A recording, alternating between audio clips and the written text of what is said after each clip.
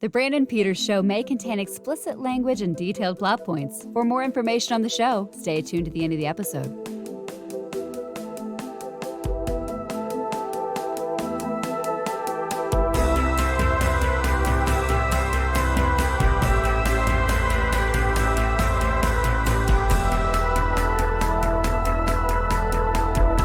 And now, here he is, Brandon. All right, welcome back to the Brandon Peters Show and the latest installment of Tarkovsky's Tales, a retrospective on famed Russian auteur Andrei Tarkovsky. And with me is the person who has been going into this zone with me the whole time, programming director of Chicago TARDIS, Red, White, and Who author, and the guy who spins the vinyl for you to enjoy them, Stephen Warren Hill. Good evening, afternoon, or morning, or whatever you're watching. That's the weird thing. We always I always with podcasting, and I still do. It's always tonight. We're gonna be like, what if it's not tonight? What if it's not tonight? You know, like no, it's an interesting thing. This podcast stuff where you're just like, well, whenever you're listening to it. It's one of these like current event shows, like your episodes are immediately dated, and you know, like I don't need to listen to that. It's like it's a tough ground because there is a purpose to them if people can keep up and things, but it's more power to them. Today our spinny wheel of Tarkovsky fun lands us on 1979 Stalker. Film that obviously when you hear a Tarkovsky retrospective, you're getting hyped up for Stalker. You're like, they're going to get to Stalker. They're going to get and even I think I told you off air or maybe on the first episode, this like early, like within the first month of me starting this show, I had a request to talk about Stalker. And I had when the guy, when Nate Utesh, he did the theme for this show under his alias Metavari, when we were... going to do he did a guest episode and he brought up Stalker was a movie he'd like to talk about. I'm like, I kind of want to talk Tarkovsky as a whole, and here we are many moons later talking about Tarkovsky as a whole, and Stalker is here, folks. So if whoever the listeners were that were asking it still listen to this show, it took me a long time, but Stalker is here. Out there in the end. the long-awaited Stalker episode of the Brandon Peters Show.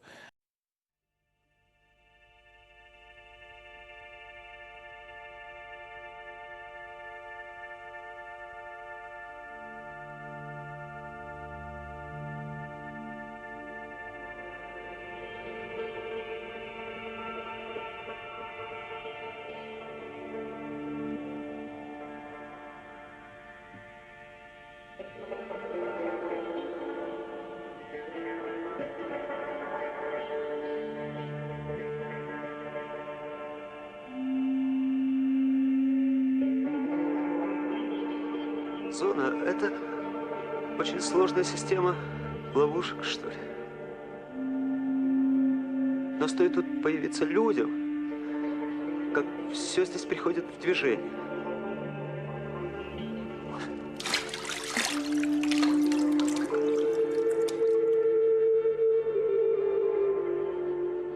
Здесь исполнится ваше самое заветное желание. Самое выстраданное.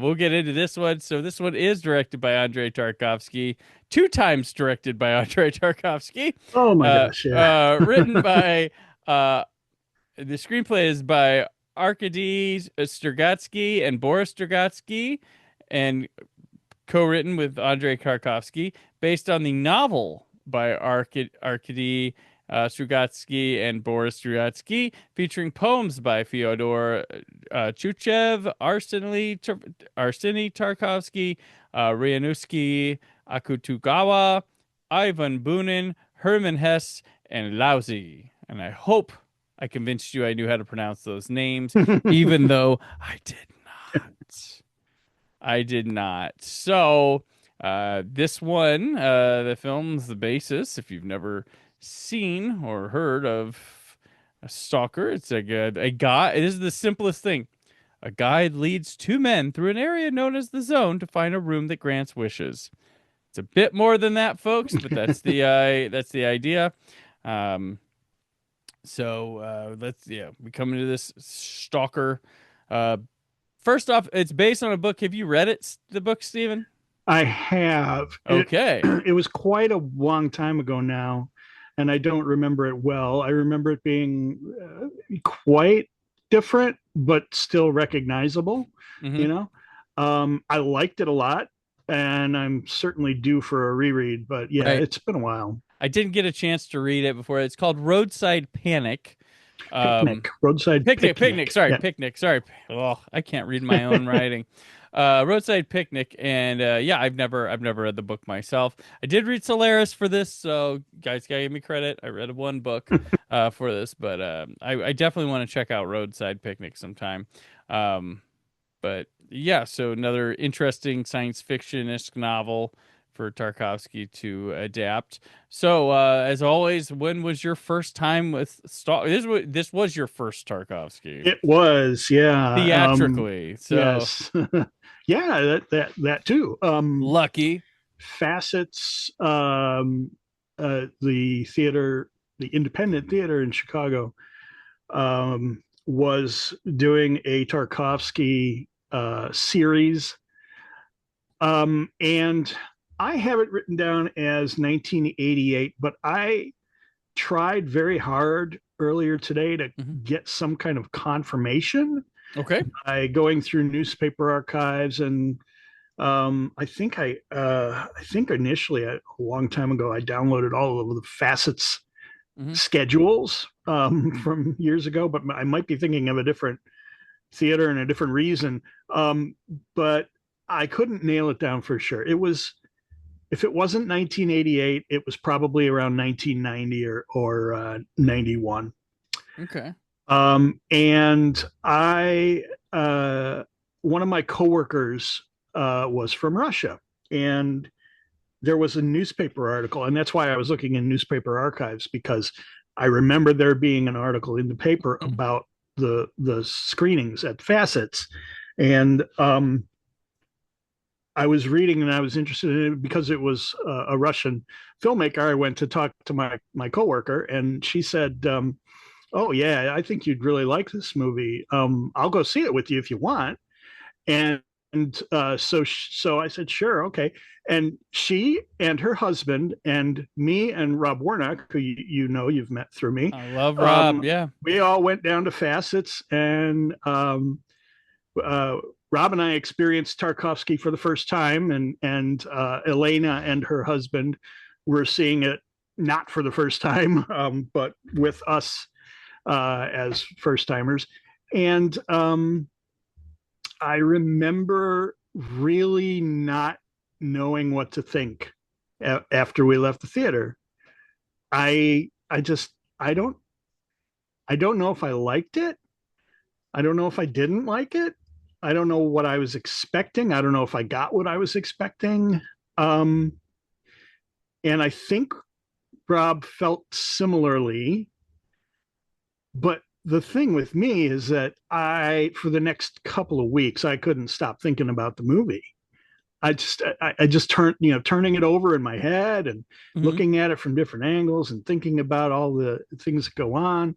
Even though, according to some people, nothing happens, a lot happens. Ouch. No. Yeah. Oh.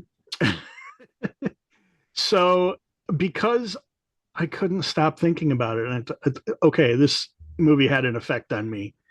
And I need to see it again. And back then, early '90s, hard to get a hold of any of Tarkovsky's movies on VHS, Mm-hmm. and in full frame. Well, Stalker, that's the way you're going to get it. But you know, the only place I could get it was to rent it from Facets.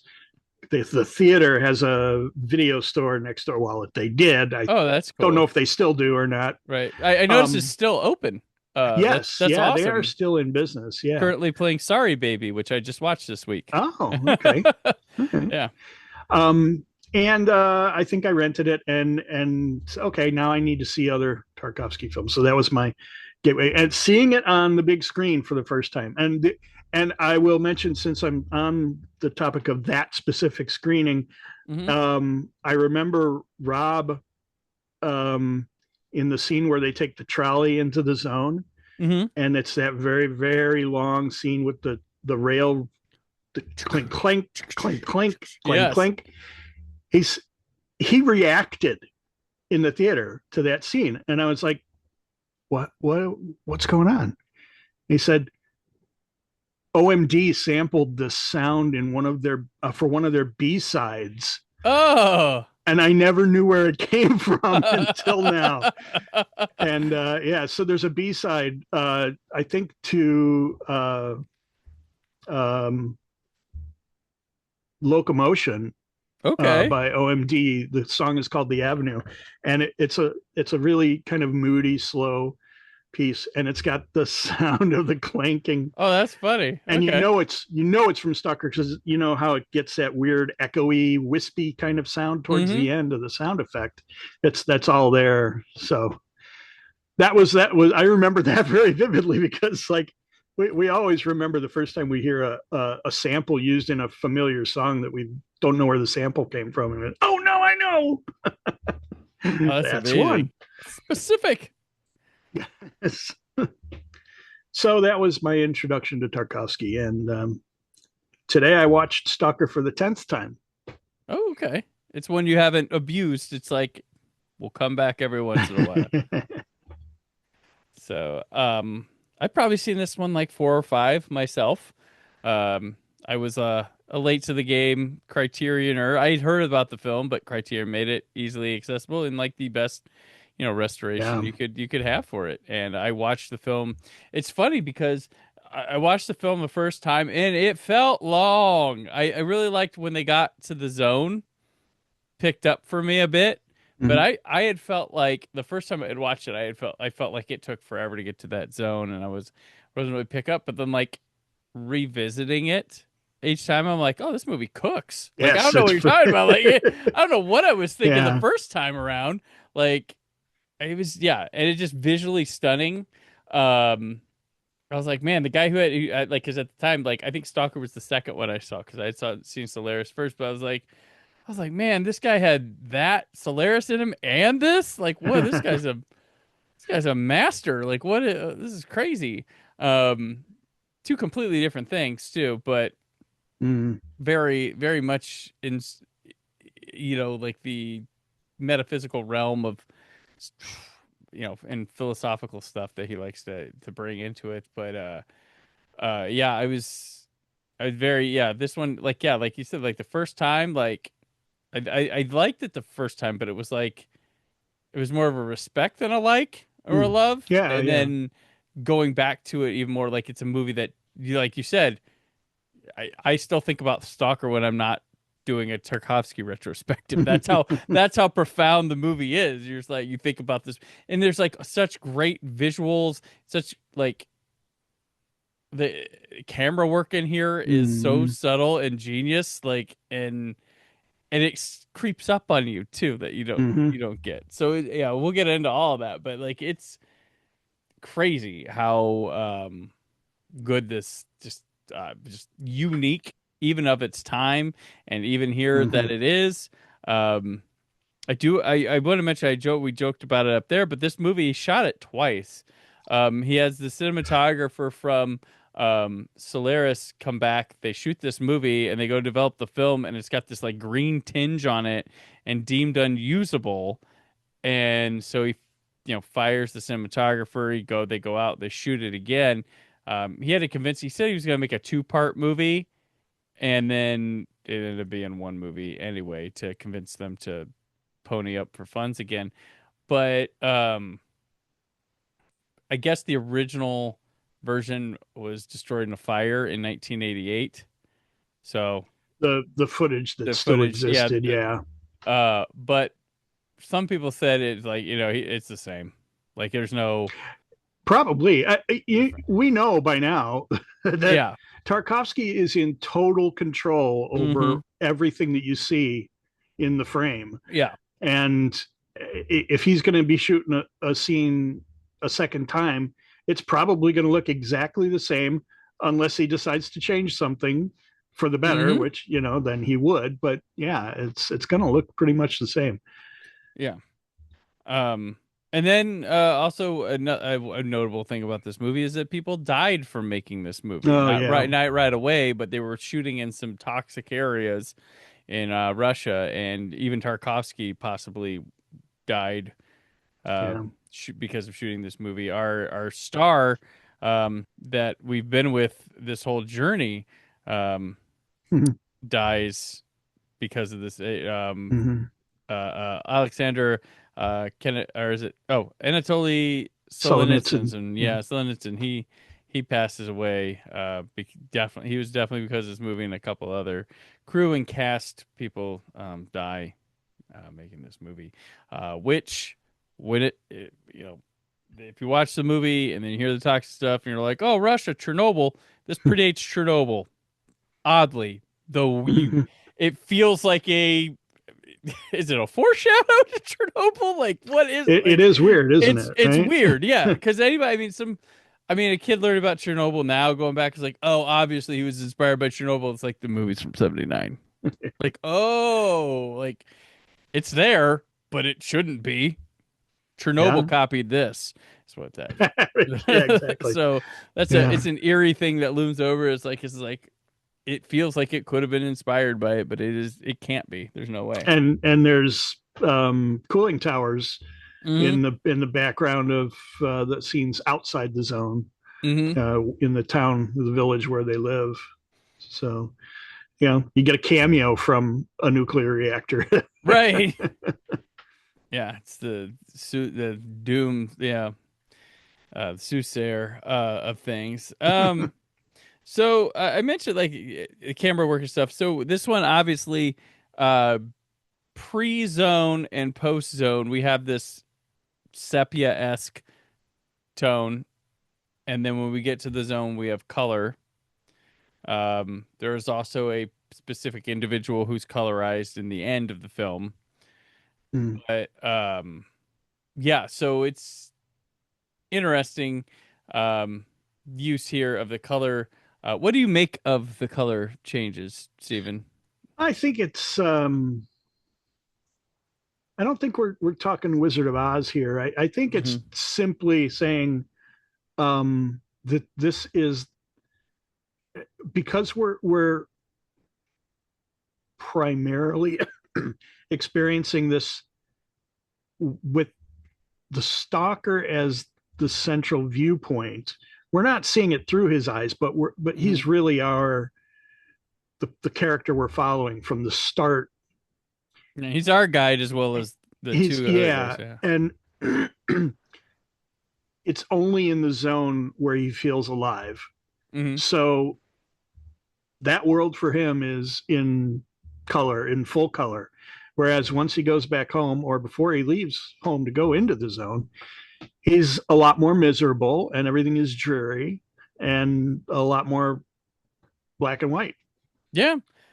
Yeah, I get that. Yeah, I had to read on like where I'm like, okay, well, everything is like, limited in the sepia toned world. Things are what they are. You're the writer. You're the professor. I am the stalker. Like just simple. This is wife. This is daughter. And like everything's really simple.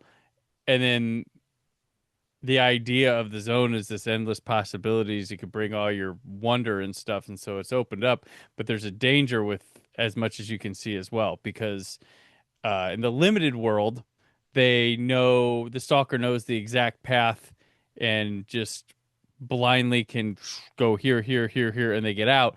But when they get into the zone and it's all colorful and you think you could see more, he's got to be careful and like tossing stuff randomly to see where they go. Straight isn't straight. It's Yeah, there's no yeah, direct path. You got to take yeah, the longest way is the safest way, and we'll have to talk later about is that all bullshit or not, because that's an interesting yeah, question to consider. yeah. Very true. I do want to point out how the everything in the opening scenes, um, the monochrome stuff, Mhm. it's really, really highly boosted in contrast. Yeah, And it's, you can see it especially in the floors right. of the little cafe or whatever it is that they're in, before they leave. The it's that floor is not. I mean, it looks like it was. It looks like it's wet for starters, and Mhm. everything in this movie is wet. So maybe that doesn't mean anything, but it really, if it is, I think it's done to really heighten the contrast of the scene. Everything is really, really contrasty, Mhm. and it's not. It's a natural contrast. It's not like artificial because the people look normal. Right. So it's a little bit weird. It's not like you're going for um, you're going for like a lot of visual information, even if the information itself is irrelevant. It's like a lot to take in one frame when you're watching. And you get time to take it in too. That's the beauty Yeah, of it. And it changes. Like you're on the same frame, but like perspective changes. Like like I really like the opening credits, as simple as they are, mm-hmm. with just I believe it's the professor guy waiting at the bar or just sitting at a table and just the credits roll, and then we go to the house and see the stalker getting up ready for his day. But when he goes and meets with the writer and professor, we start far off, we can see their full bodies and everything, and before you know it, you're at the table with them. Yeah. And it's not like you're like, oh, they zoomed in. You're like, oh shoot, when did we get here? And you're like, so because you're involved in their conversation, you're here like what? There's a mystery. Like this movie's got a great hook. You know, like Mm-hmm. that's part of the fun. And then they're talking about that, where it came from. But all of a sudden you shake your head and you're like, oh wow, we're at the table. Like we were zooming in the whole time and it never Yeah. cut, never anything. Yeah. We felt like this. And like I read that the average shot in this movie lasts for a minute 28 seconds, which is insane. It is. Even for 1979 Mm-hmm. is crazy. But that's what works, and how brilliantly he utilizes that with other sequences. Like it's just magnificent. It's a marvel. It's like it's more fun, and this movie stands out because of that rather than quick cutting or just doing something eerie. He pulls this stuff off without all the tricks and Mm-hmm. tactics to do it, Yeah. which is almost like he took a challenge or something. Like I can give you suspense, I can give you shock, I can give you this without all that. We can be slow and prodding and it feel like it's actually moving fast. It's Yeah. Yeah. And I think we've probably talked about this before, but I tell people all the time, if you're going to watch a Tarkovsky movie, you have to slow yourself down and this is the ultimate before you one. step into it. Yeah. This is the Yeah. ultimate one, yeah. But you'll kind of find that you enjoy that slowing down. And once you get like, Yeah. especially on revisits, it's just Yeah. so fun to like sit and just bask it. Because I'm like, oh, and this is why I was really big on when I saw, especially when I saw it in the theater. I really like Tarantino's Hateful Eight because it's all in one little cabin, but man, the guy is using the camera well and enjoying the frame, and there's so much going on and holding longer shot takes and stuff. And I'm like, oh, this is just visually. I mean, I'm not, I like, enjoying the plot too, but just in performances, but just visually, I'm just like taking in these frames, like, oh, there's so much going, like, just knowing how to use that, which a lot of people don't. A lot of people, they just think the 239 and whatever is like, oh, that's what big movies do, so we use that, but they don't know how to use the frame Yeah. at all. And it's like, no, it's like there's a lot better people using like 185.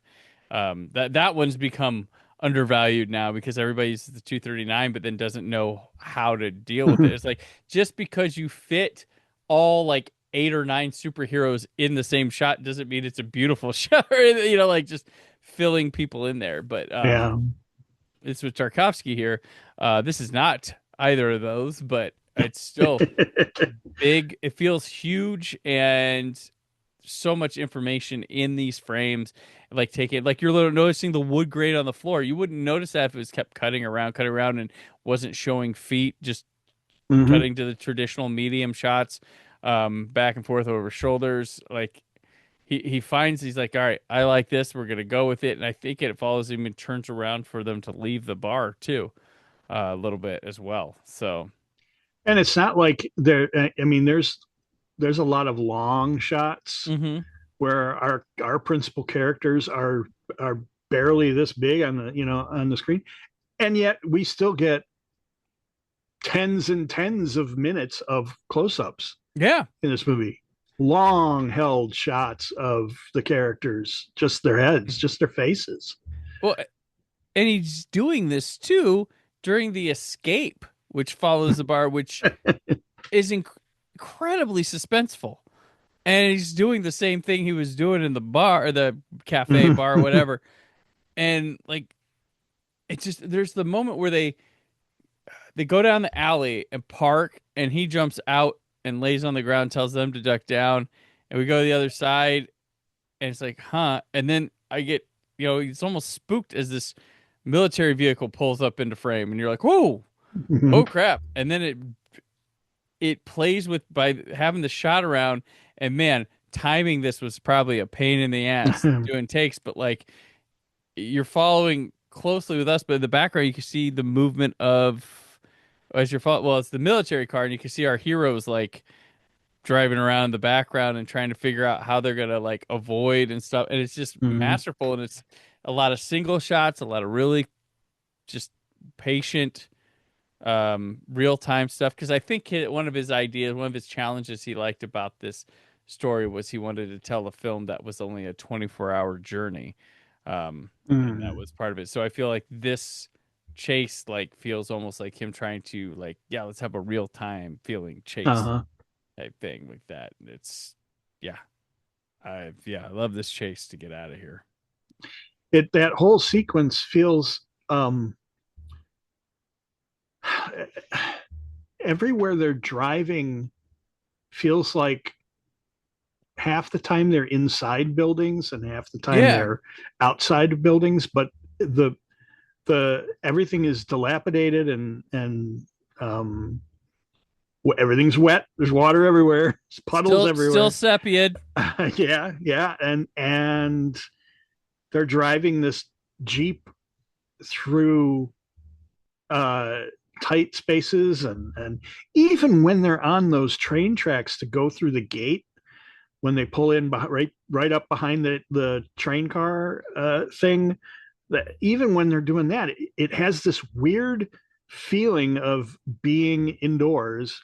And I'm not sure if that was a set that was built or if it was shot on location somewhere. I've never tried to find out, but it certainly has a weird feeling of, most of the time, even though a lot of these things are supposed to be taking place outside, it most of the time feels like there's a roof over their heads. Yeah. Somehow. I can't really put my finger on maybe explaining how or why. Was it, I wonder if this was filmed in like a set warehouse. I don't know. Is this a real town, or is this kind of like some backlight? I don't know. I didn't see anything on that. So maybe if it's like, maybe that's looming or something. It feels like sets or something. But yeah, it does feel, because they have hiding spots. Even like the alleys are so enclosed, they almost feel like there's a roof. It's like such tight, narrow corridors to go down. But yeah, it's quite enthralling. And you could watch this, just learn a lot from it. Yet to see a filmmaker do something like this, even since coming on it. But yeah, it's a exciting little chase to get out to the zone. It's a multi-part thing because once they get out of the town, they're still not in the clear. They follow that train and then they're getting shot at and have to get on the little what do you call it, car thing? The trolley, whatever Trolley, it's called. yeah. Trolley that takes them to the zone. And that's a long. You know what? Like if you haven't gotten used to the pace of the movie yet, by the time you get to the trolley scene, that scene's going to make you or break you. Yeah, a little bit. If you can make it through that, I think you'll make it through the whole movie. If you're gonna break and say I can't take the pace of this movie, that's the scene that'll do it for you. Right. This guy's not for me. But yeah, we get that. We get into color, which is a thing. You're like, okay, that's neat. The zone is in color. And once we get there, one thing I've noticed about Tarkovsky that I kind of like, and it's a really weird aspect about him, but between this and Mirror and Solaris, and I Andrei too, but it's noticeable in color. He doesn't ever have like, he's got nature, grass, tree, but it's never like freshly landscaped areas or perfect for movies. It looks like the shitty weeds and stuff that you would have to walk through anyway that are unkempt. It's not like, oh yeah, well, us stalkers have this path laid out here but like it's always like this stuff where I'm like, I don't want to lay in that, or I don't want to brush up against that, and it's always. And I like that about it. It looks like it always looks like rough. Like, because right when they arrive on that trolley, I'm like, "Woo, somebody needs to weed whack or something like that." But like that's what it looks like in a Tarkovsky film. But it feels like really genuine and true. And that like it's like the home area where the mother's house in Mirror was all like that before they leave in Solaris. When he's at the farm, or not the farm, whatever, the country house. And then Andrei Rublev, as they're walking on their journey, I'm sure is like that, but it's harder to pick up in a black and white film True. than it is a color film. But just the unkemptness of nature is what I like. It's like its own animal. And we as humans, we spend a lot of our time holding back nature, right? We're cutting our lawns, we're trimming our bushes, and all that. And it makes sense. The zone is fenced off and protected. Nobody's supposed to go in there. So nature's going to take back what everything that it was being held back from before the meteorite fell, if that's actually what happened. Right. Yeah. It's always strange because of the military's insistence of keeping people from it. So it's like, one, is there something there that they want to control? They don't want anyone else to control. Is it really a danger? Like, yeah. Or are they doing something back there and it's not, And it makes you wonder even more, being that we don't have really any signs of the military themselves going in there or using the room or even studying the room or any part of the zone. The whole time we're in there, there's nobody else there. No, nobody. They're scared of it, possibly. But in the military is kind of like a faceless entity in this movie for the most part. True. Yeah. Bullets flying from somewhere. We do see bodies, but they feel like just drones. Like they don't really have any emotion to them. They are there just to push our characters out as they go to the zone. Which the zone comes this like walk where this fascinated me the first time I saw it. This is where I was like, oh my god, this is great. But like him with the washers and the cloth and having to throw them to make sure, and it's like there's straight away, that's where we want to go, but we're gonna have to like walk this way, that way. There's this unseen path that changes constantly that we gotta check out, which is through the grass, through rock, and all that stuff. And as a viewer, you buy it. Yes. The writer and the professor buy it, at least. The professor does. The writer is skeptical. And he doesn't voice it until towards the end. But yeah. and that's the whole that to me is one of the most intriguing things about the movie is Mhm. for all the time that we spend talking about the dangers of the zone and the freaking out when even somebody puts one foot wrong and the stalker freaks out, no, you could die, you just go the wrong way and you're Mhm. done for. And that's the meat grinder, that's the worst place in the zone. For all that talk, we never see anything happen to anybody. No, we hear story um about a person that got their wish or whatever, Mhm. but like everything else is I mean, this movie is largely based around having a faith. Um For and that. and but yeah, we never, he says that, but we never see it. Um but like, why else would this guy risk all this? Like, it's weird because like, or is he going off of faith?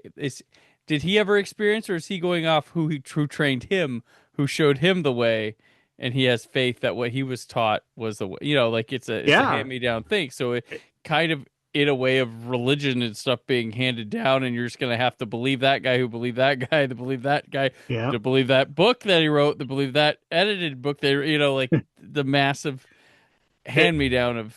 it's absolutely true because if the story goes that a meteorite fell and it created the zone, Yeah. and if that's the case, the zone wasn't there before the meteorite. So anybody who went into the zone for the first time is going to be creating they're going to be the writer of the Bible, so to Yeah. speak. So is the meteorite like God creating the Garden of Eden, which has the forbidden fruit, which these guys are like, oh, I shouldn't go. Yeah. So So it's the stalkers that have made up the rules. yeah. And how did they make up the rules? Well, somebody had to do it in the first place, right? So how do we know which path they're supposed to take? Hmm. The stalker that we have in this movie tells us a couple of times, well, the porcupine said that this is the path, this is the path that we follow.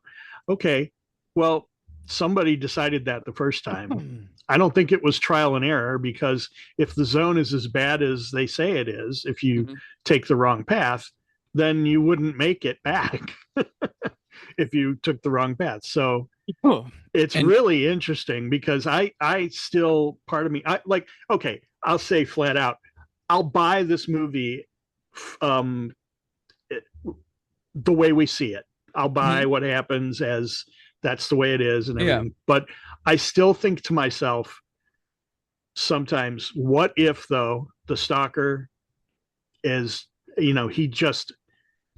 there to make money.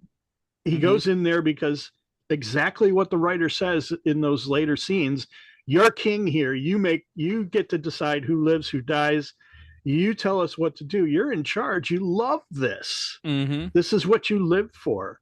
And I mean, that's the truth, He's really, gone to either jail for it. way. Yeah. Yeah. But what if he's making it all up too? And what if nothing happens in the zone? It's just fenced off because it's toxic, Yeah. and the government says, well, if you're going to go in there, we'll try to stop you, but we're not going to knock ourselves out. Yeah. Once you're in there, fine. If you want to kill yourself, go ahead. True. Because we never see anything, We right? never see a washer hit anything. The only strange thing is a working phone that rings. Yep. There's that shot of the owl, or Hmm. whatever it is, that flies and then it vanishes and then flies again into the same shot.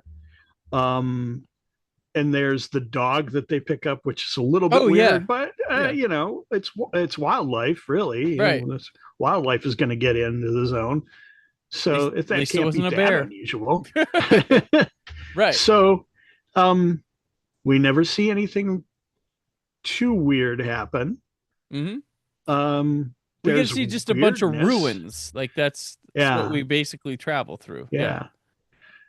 And you wonder about that too, because and the stalker definitely applies a certain amount of significance to the tanks, the dilapidated tanks that we see covered in overgrown vegetation and everything, because we don't get the story. Why are they tanks there? He just makes a point of not bringing weapons into the zone because that's bad. Right.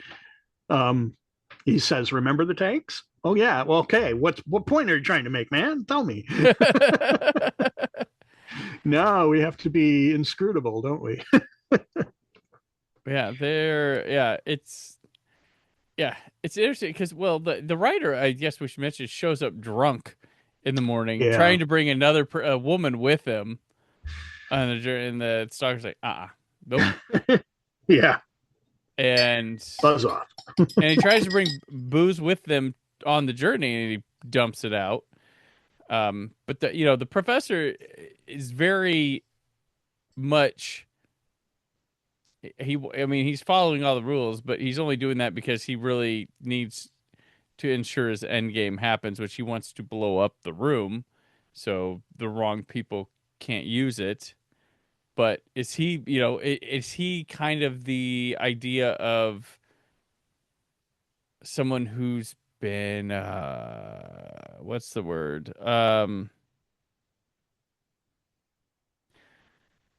Not groomed or whatever, but someone, because even if there's nothing there, but like he's been led to believe it his whole time, so he's been indoctrinated. What's the word I'm looking for here? Yeah. Because he's been brought up on everybody, because there's probably news reports about this stuff, so maybe there's propaganda, and he's bought into it. Like he's like the Pizzagate guy, but with this, if this whole thing's bullshit, then he is like the Pizzagate guy. Like that's what he is. But we don't know. We're left to, ultimately none of the three go into the room. They have to give a sacrifice or something to get to the room, like a body or something they're talking about. But like the idea is that like this is like that wicked genie 3 wishes guy that like careful what you wish for type thing. Because a previous stalker had gone in there, done that. So stalkers, we don't do this. We're not in it for the right. for the better thing. But the one stalker that did wound up hanging himself after coming into great wealth. But yeah, so they all they all decide to forgo it, which I guess in some viewers on this might be disappointed because they wanted to see that room. Yeah. And they wanted, but the idea of this room we've been led to for like 2 hours and 50 minutes, been led to go. Sorry, no, this movie's not that long. About for 2.5 hours before the final like 10 minutes. The room that we've been built up on, this whole thing, whatever Tarkovsky would have showed us, would not have. I think he realized that, that whoever wrote this story and stuff too realized, leave it to the imagination, because we were never going to match or heighten that or anything else. So that's the idea there. Or maybe they were in the room, didn't realize it, and the idea was that they can go back the way they are. Their little spat that happens was fulfilling their greatest desires.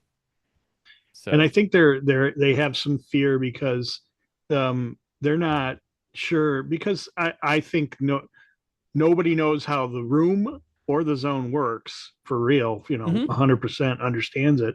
So I think they also have a fear that because what is said a few times is that the room grants your most secret desire. Yeah. Okay. And they're worried that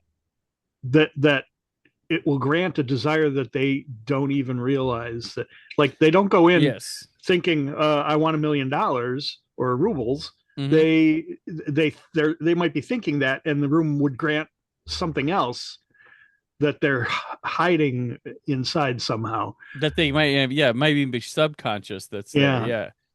And maybe it's a bad thing, like a death wish or something. Who knows, right? So they're now, I feel like they're afraid even though the stalker says, get the thought in your head and hold it there. I think he says something like that before you go into the room.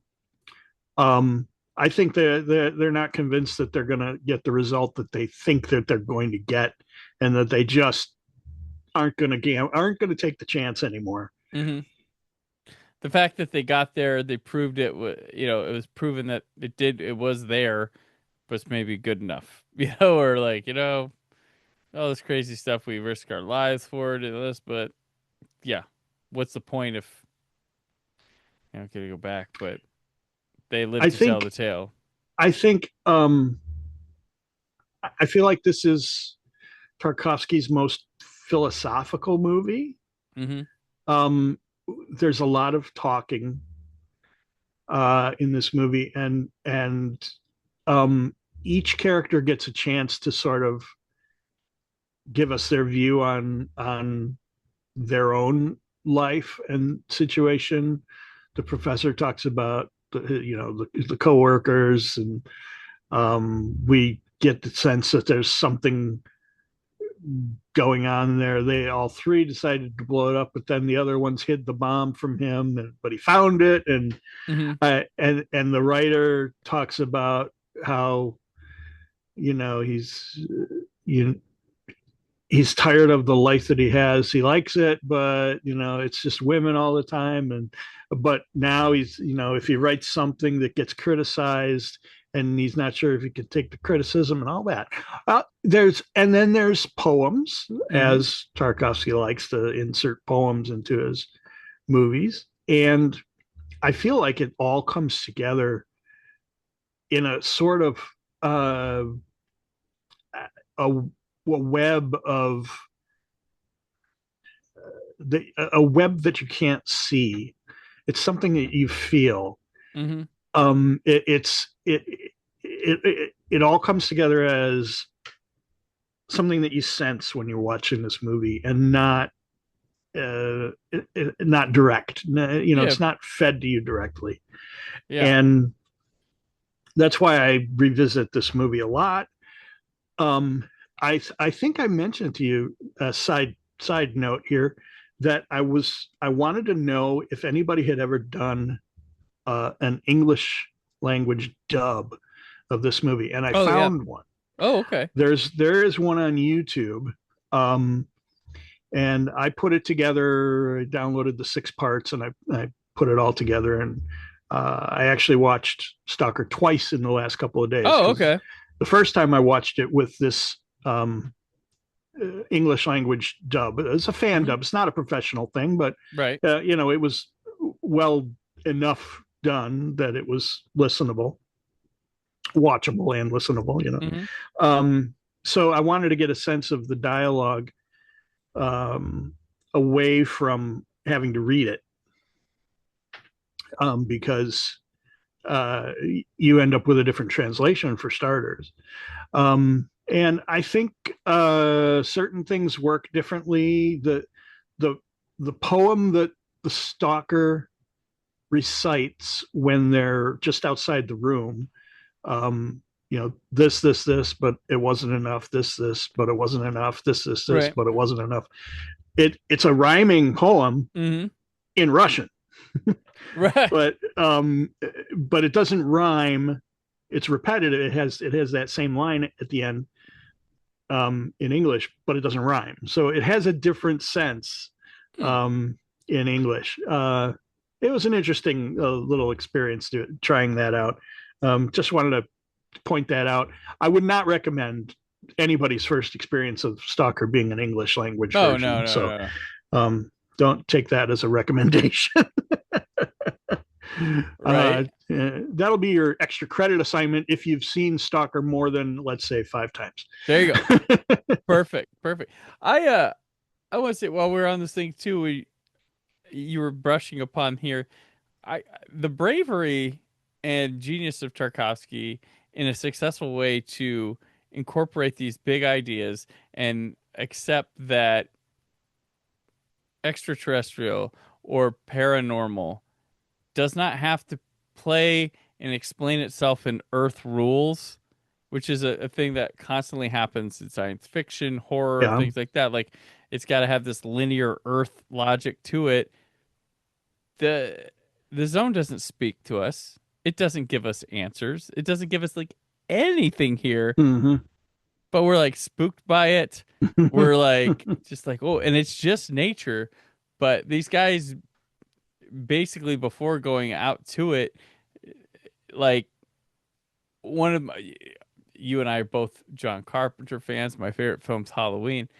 One of the things that's pointed out over the years to me that uh, the reason why Michael Myers is so effectively scary is because in between scenes you have Dr. Loomis talking about what a this guy builds him up for what he is rather than just being another just walking around with the mask, but like he's built on like, oh, this guy's when he does it he's gonna do, like that's basically what he's doing the whole time before he goes on his little murdering spree, which is a patient murdering spree as well.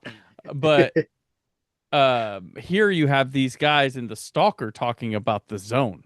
Yeah. That's all we get about the zone. We don't physically see anything happen Hmm. with the zone.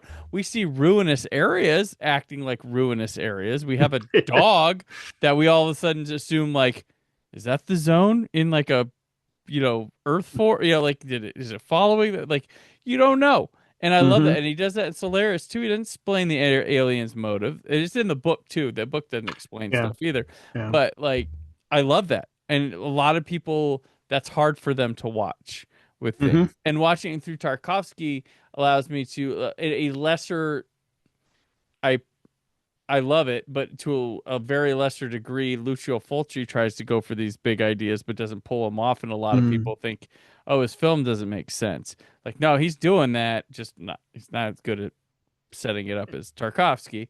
Um, Granted, we're talking schlocky Italian horror versus elite Yeah. Russian filmmaking, but still, the idea is there that why does this have to play by Earth rules if it's not of Earth? It's not of nature, the nature of here. We don't know what other species and or other beings and stuff from other planets or other dimensions. Like we don't know how things function. So I love the presentation here, and it's all a lot of the dialogue of these guys explaining it, and then we are groomed to come in here and be like, oh, what? Look, we're looking at all the frame like for something weird to happen or Yep. something crazy, and Yep. it's just look at this. And one of the craziest things that happened, I love this is one of my favorite camera moments here, is we have like what we think is a POV shot of them walking up to that car. And we get up Oh to yeah. go in Yeah. and through the window, and the guys come walking from the side of the camera Yeah. like, oh, it's awesome. That is a great, there's so many clever misdirects and things like that in this movie that with his camera work in here and all the like just the beauty of the frames and watch these guys talk and stuff and the slow zooms and pullouts and things like that, but and just wonderfully blocked scenes and set up as well. Just it's a joy to watch any random moment of this thing. I want to talk for a second. I want to come back to uh something that you just said a minute ago, which was oh, I've forgotten it now. So let me just go into what I was about to say. Okay. Maybe it'll come back to me. The beauty of the zone. Oh yeah. That everything we see in the zone is decaying, dilapidated, entropy has taken over. There's clear signs everywhere of civilization, but it's all run down, broken down, falling apart. And yet, the zone is so beautiful. Every shot, it's like it's an idyllic. I love that sort of juxtaposition of here's a crumbling building in this lush green landscape that just everything is so quiet and still and peaceful in the zone. It's almost like weather doesn't come into the zone, right? Unless it's going to rain inside a building.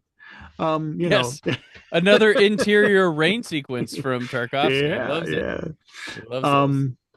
And it's just has a really that feeling of this place is ugly, but it's beautiful. This place is beautiful, but it's ugly, and in a way that Outside the Zone doesn't have.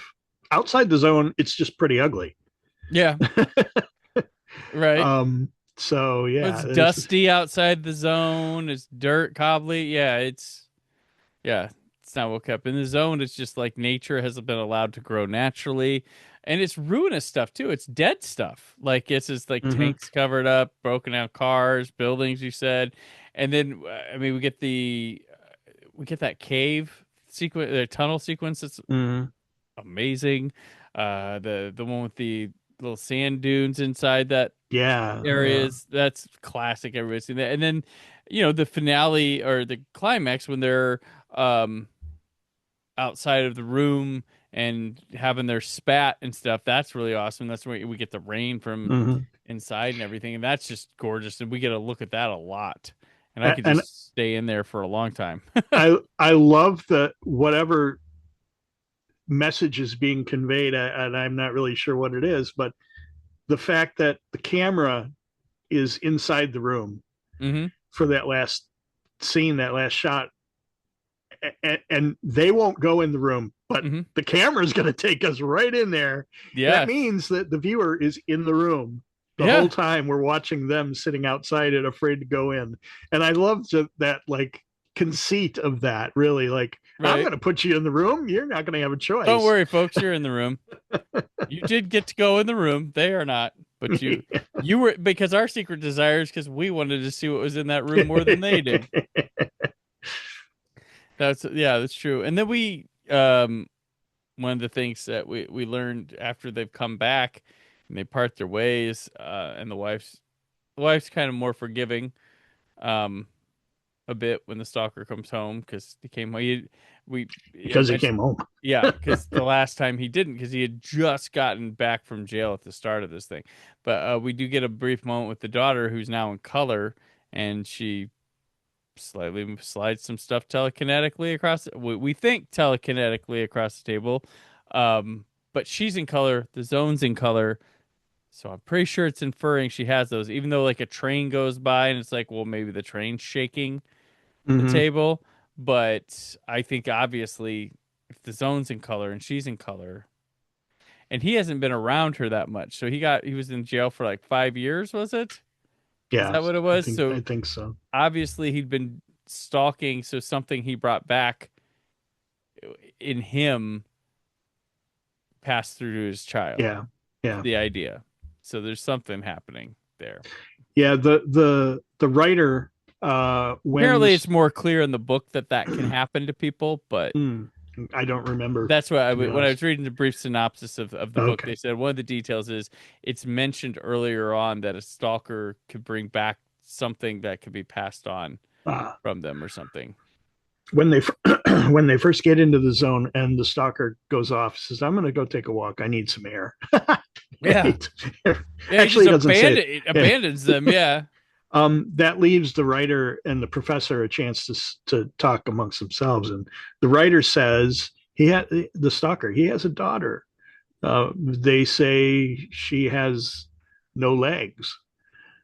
And when we see her at the end of the movie, she does have legs, but she's got crutches. And in the scene where they're walking, she's being carried. So it's a subtle, I think, sign that the stories that you hear are not always true. So they're constantly talking about, how did this zone get created and what is true about how the zone behaves, and stories about Porcupine and he was called Teacher then, all that. The writer tells a story that we learn later is not true. He just says they say she has no legs, but she does. And that's just a way of saying you can't take everything that is told to you as a story Telephone at face value. playing Yeah, the telephone right. game, it gets passed Right. around. Yeah, it's the rumor in town now is that, but it's really, yeah, that's legend over time, which the zone could have been built over time with this legend Yep. going over and over. And I then, think maybe what I forgot earlier that I wanted to talk about is this, and that is how we've been captivated by the zone. mm-hmm. Other people who love this movie have been captivated by the zone, and I want to talk briefly about how influential this movie has been to other stories and other media Okay. In regards to the zone. Like there's that video game. Now I'm not going to think of the title of it now, right? It's basically like it takes place in the zone. It was a very popular series, and now I should have written a note about it because I can't think of what it was called now. Um, anyway, maybe I'll try to look it up while I continue to talk. There's the book Zona, which is a nonfiction book about a guy who saw Stalker and how it basically he had kind of like the same experience as I had with being captivated by the thoughts that the movie puts in your head, and like he wrote a whole book about being in love with this movie, basically. And there's a lot of aesthetic things that are like the zone. There's another movie called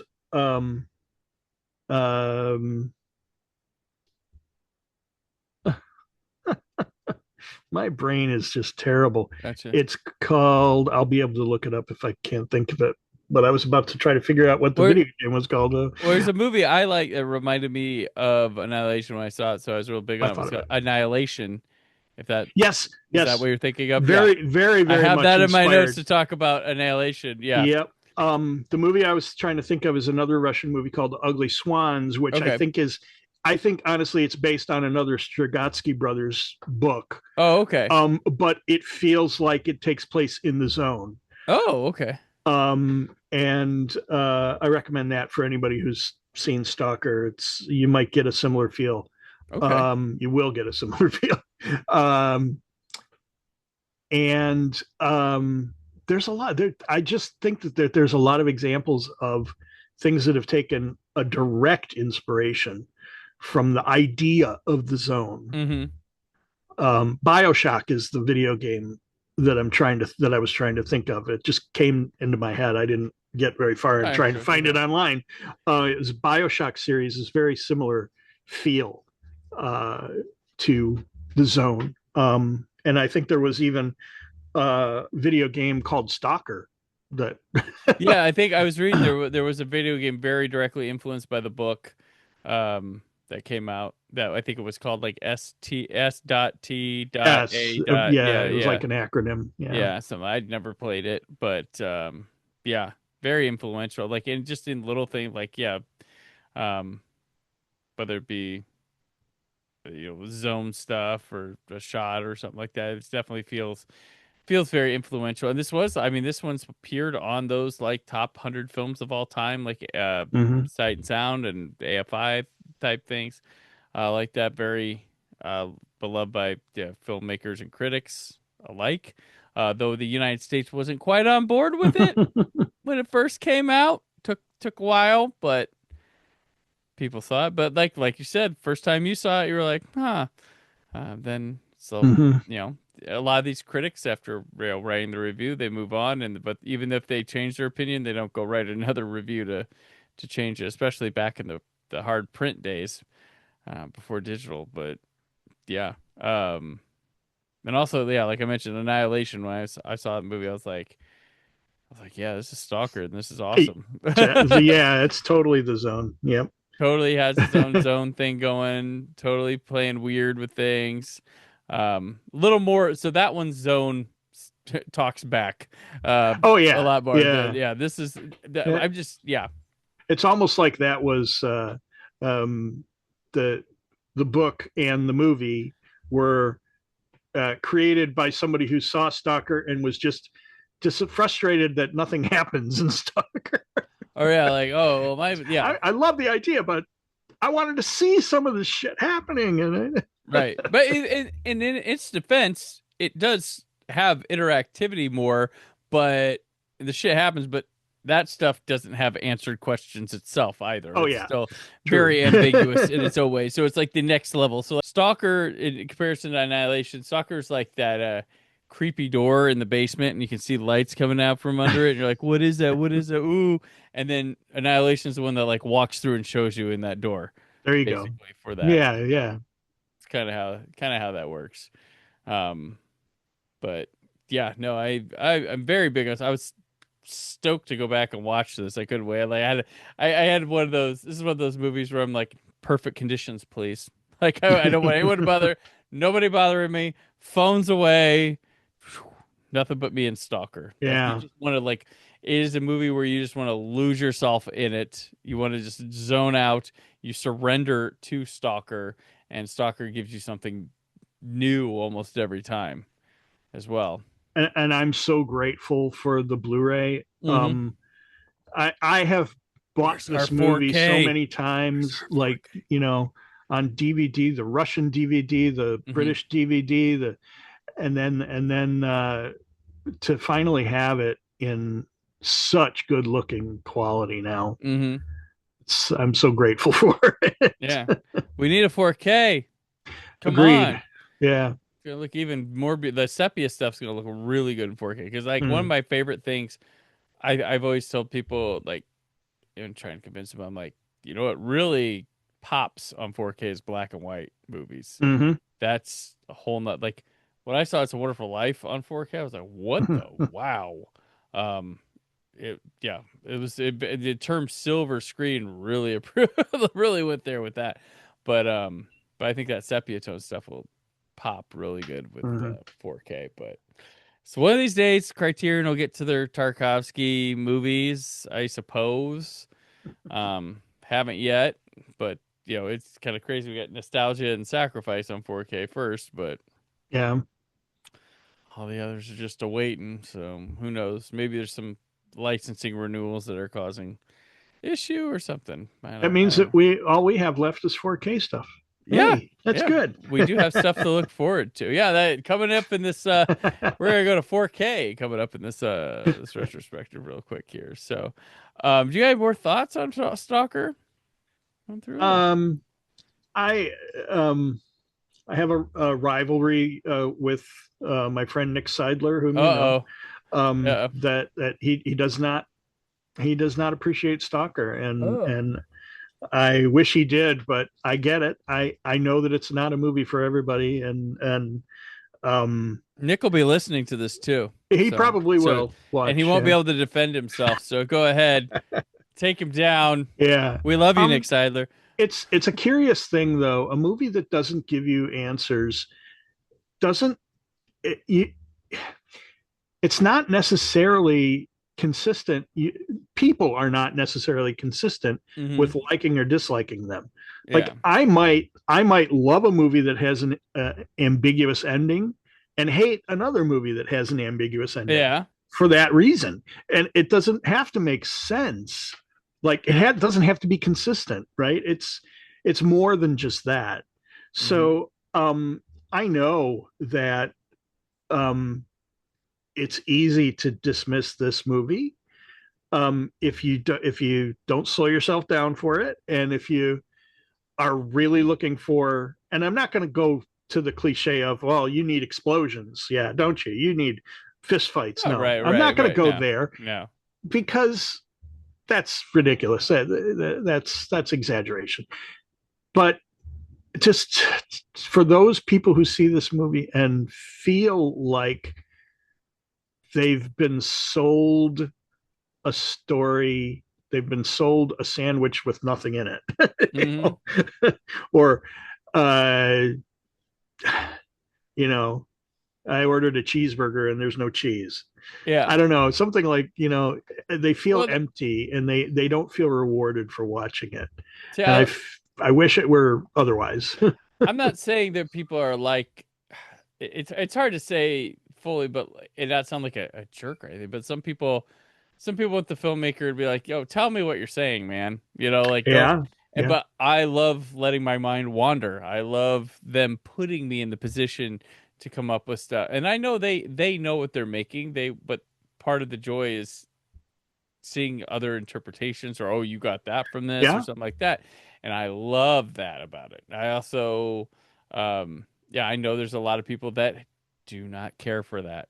It feels Hmm. empty, hollow, unfinished, or that was a waste of time type that. So I know that's not a thing for everyone, especially if it's as patient and slow as something like Stalker will do. It's not even cutting fast from Right. from shot to shot or scene to scene. You're gonna sit and watch a couple guys laying around in the grass chatting, deeply philosophical stuff. But it all works. It all makes sense. I promise. But I had a friend for a while that like I couldn't like he hated John Carpenter movies. Mm. I was like, what is it? He doesn't know how to end a movie. I'm like, dude, like it's fun. Like he has one last bump, like that's the thing of it. Like the horror's not over. This isn't, like Uh-huh. Uh-huh. that's the fun of it. And a lot of people like Oh. that's the thing too. Like it's so funny that like some stuff like that gets mistaken for, oh, they're gonna make another one. Like, no, it was just Halloween. He's gone because when you're going out to the parking lot, when you're going home, he's still out there. Like that's what that Yeah. is. It's not like, oh, he's coming. Well, they made plenty of sequels, and that's Sure. fine. Yeah. I love the Halloween movies, but like I always go back to, I'm like, man, what if Halloween never had a sequel?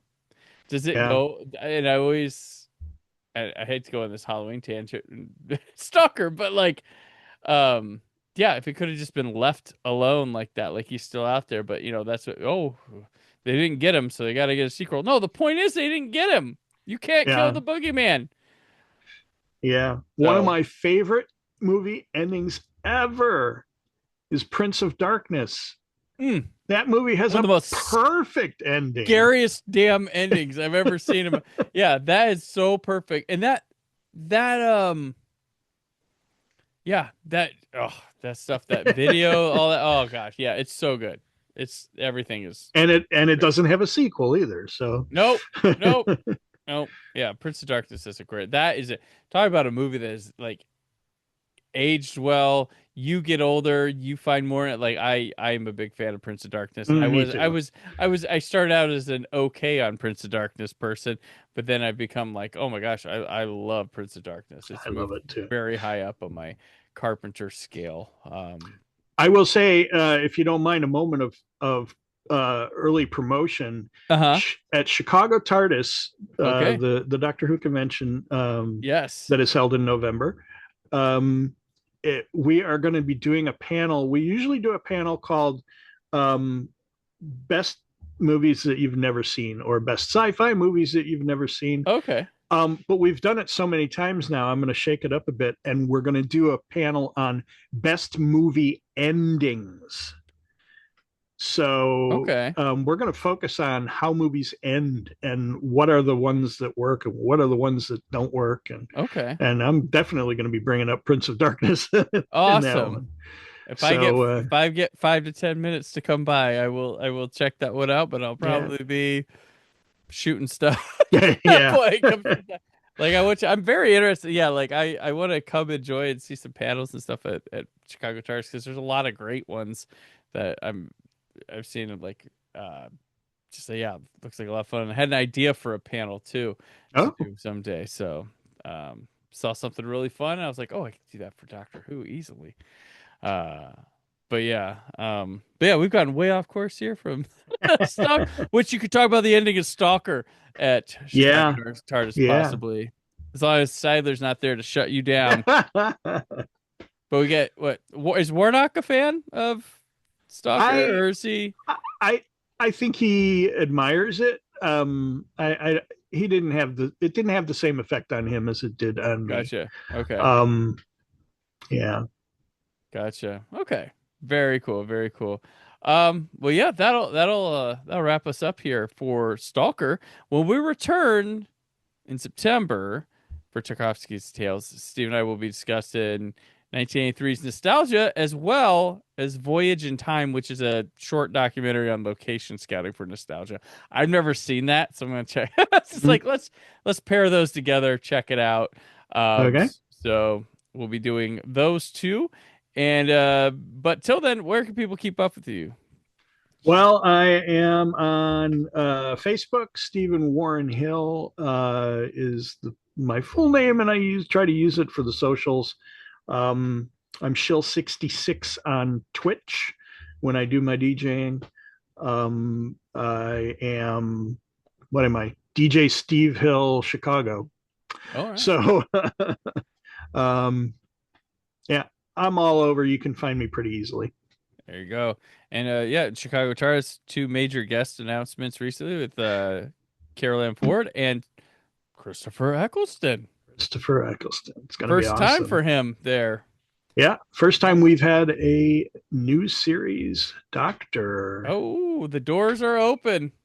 Open the floodgates. So very cool. All right, I'm on the socials at Brandon 4KUHD. Always remember to subscribe to the YouTube channel because I'm going to have some groovy 4K reviews coming to you next month, and you don't want to miss those. And I'll also be part of Doctoberfest coming this October. Look for more details on my socials and whatnot for that. This show currently is on a loose schedule right now, so whenever it does return, stay tuned and stay phone positive. Thank you for listening. The Brandon Peters Show is a Creative Zombie Studios production. Produced by Brad Shoemaker and Brandon Peters. Written and edited by Brandon Peters. Announcer vocals by Jessica Alsman. Theme song by Metavari. Web design and show art by Brad Shoemaker with Brandon Peters.